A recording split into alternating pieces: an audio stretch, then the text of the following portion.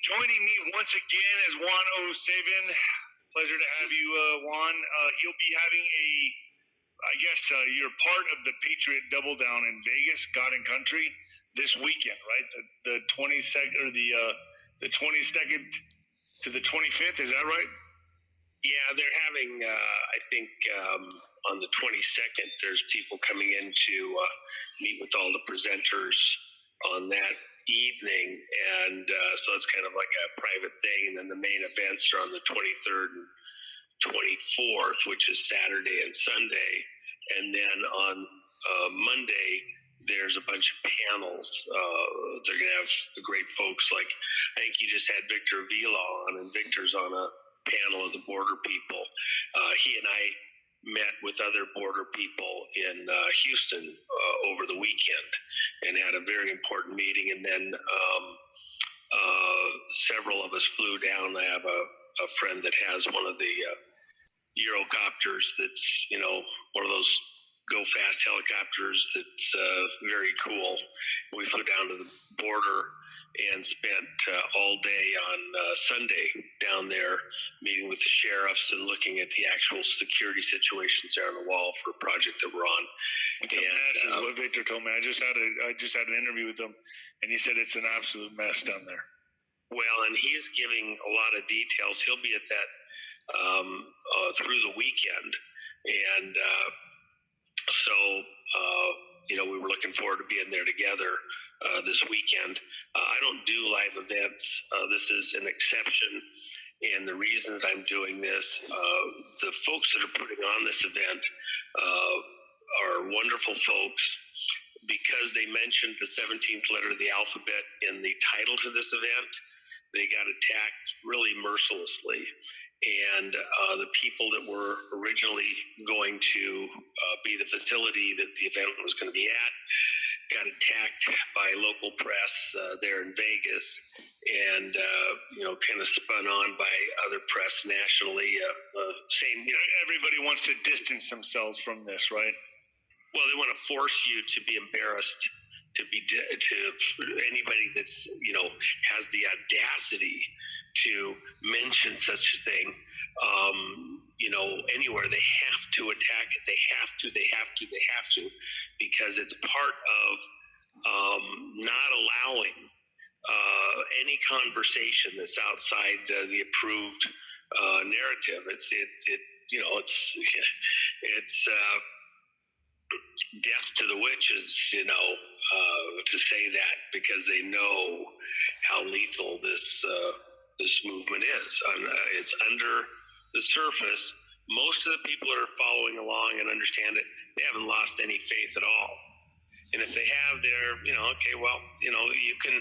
There's a moment when you have to pick a side, and so these folks stepped up. They took a particular view. That's why it's called the double down. The timing is critical. And when other people kind of felt they had to step away because they didn't want guilt by association, and I don't want these folks taking a hit. I don't think it's fair. I don't think it's right. So in talking with them and understanding the situation, said no, I would come do it. I wasn't going to announce. We were going to do it the last second with the announcement, but they've been getting just hit mercilessly. And where is this? Put my name on it. And where is this? In Las Vegas. Yeah, what hotel? Vegas. It's the Ahern Hotel, and he's a tremendous patriot. He stepped forward when everybody else said no. He says, I don't care. I'm going to host it, and put his facilities up there. And he's not embarrassed to be associated with this. I'll tell you what. Down the road somewhere, with the events that are about to happen and will continue to happen here in the not too distant future, it's going to be. We'll know who the real players were that were in this from the beginning, and who the fair weather patriots are. Right. This is a moment when the fair weather patriots kind of step aside, and they're going to watch to see what happens, and then if it's safe, Yeah. Then they'll step back in. Okay. Oh, I was with you all the way. I was behind you all the way. Yeah, you were behind us. Okay. Yeah. Conveniently, exactly. And like you've always said, Juan, you've always said this, that we're approaching the Red Sea moment. We're in a red October, and I'll tell you what, it is red, and it's only every day is getting more intensified.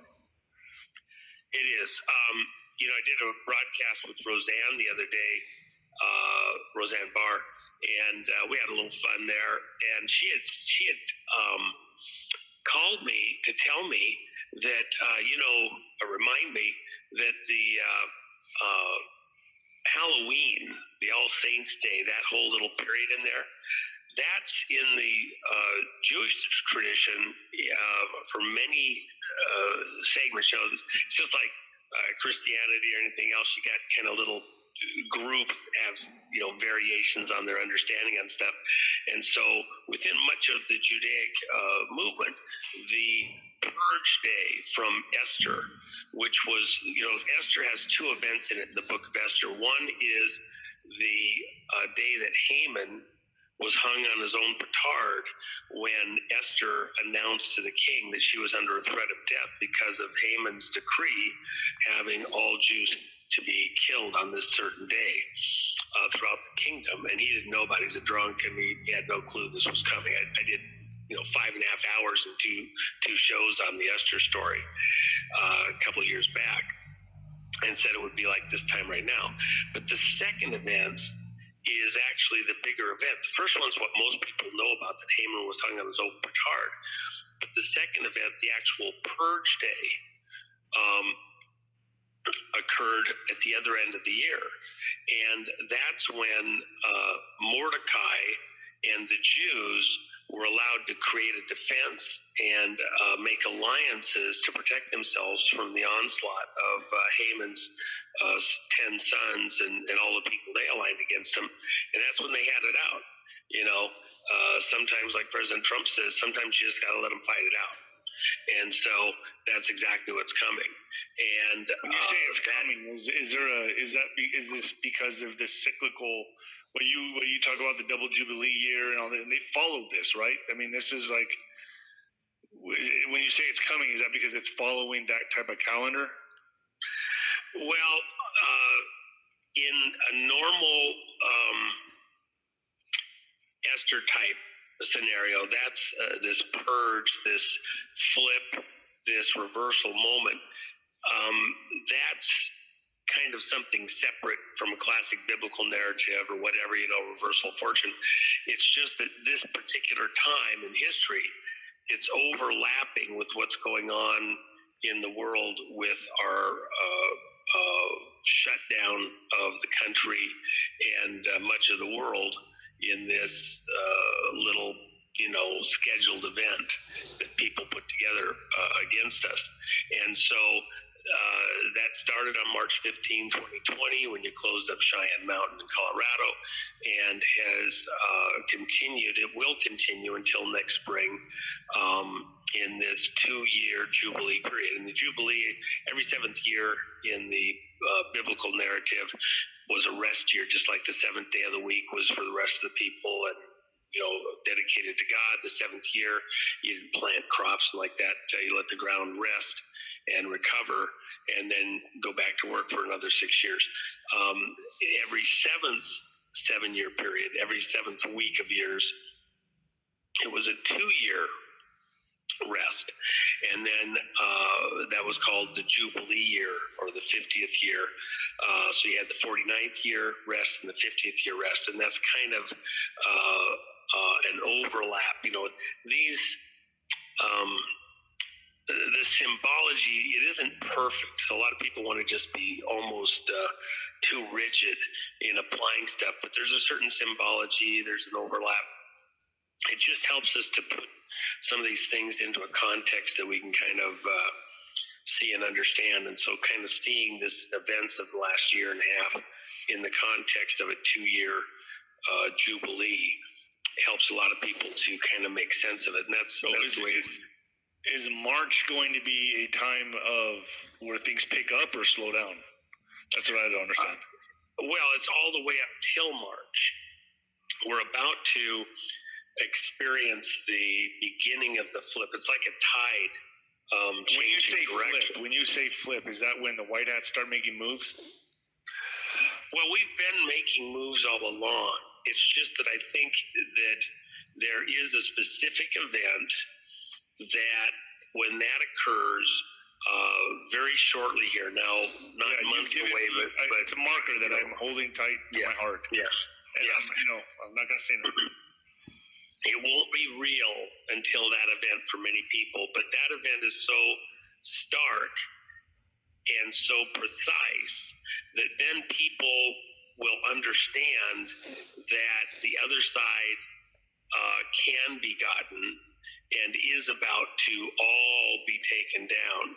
And so it's that first domino. And if you've ever watched these huge domino things that people assemble and put in place and everything else, literally over the last year and a half, you could make the argument, even over the last 4 years, 5 years, you could make the case that somebody's been putting together huge groups of dominoes.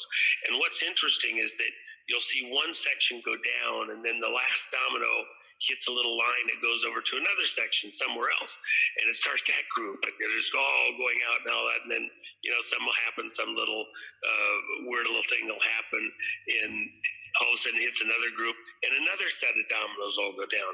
It's not a lot of people are of the opinion like it's all over in a day.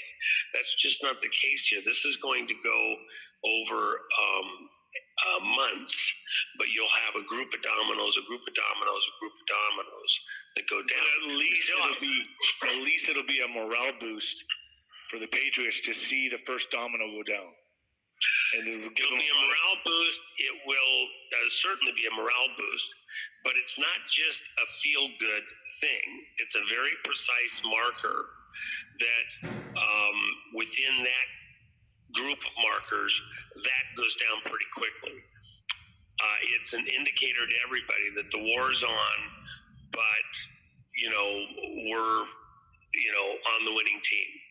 And then you're going to have winning here, winning there, winning somewhere else. And all of those things happen over this remaining months till March in a very dramatic fashion is my belief, way of viewing it.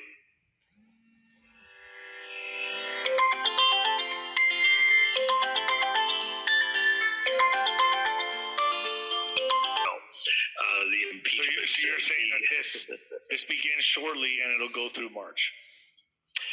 It'll go on actually for a few years, but the most intense, precise period goes on through March. And there's a lot of dramas in there. I've said, in shows with you and others for the last year and a half, I've said that we would have a Cuban Missile Crisis type event. And I said before that we would have a Bay of Pigs type event. Well, the Bay of Pigs incident was when you had people on the ground and we didn't send support, and many of them were captured and killed, and it was very embarrassing to America. And I'm not doing an exact, the situation is not exactly the same. It's just that the impact mentally into America and into the world is similar. And so don't try to be exactingly precise. It didn't match this way, and it didn't match. I'm just trying to get you in a mental zone. It'll feel similar to the public. And so we had that with Afghanistan. People left on the ground. Stuff didn't get done the way that it was supposed to. It was embarrassing. So the Bay of Pigs was the Afghanistan. Would you say maybe the Cuban Missile Crisis could be China and Taiwan? That's exactly what I would say, but it could be something in the Mideast. I don't believe it is, but for example, right now there's this huge illegal battle going on in Lebanon, and in fact, some of the relief organizations are saying this is the greatest crisis in the last 150 years in the world. I mean, I think of Biafra and the starving of children and, stuff that happened in the 60s and 70s, the Hutu, slaughter in Africa that happened a while ago. There's relief organizations saying that what's happening in Lebanon right now, and I just talked with Father Mahana the other day, who does a relief organization for children and families in Lebanon. They're saying it's the worst worldwide disaster in 150 years. And what's the context? They had that huge explosion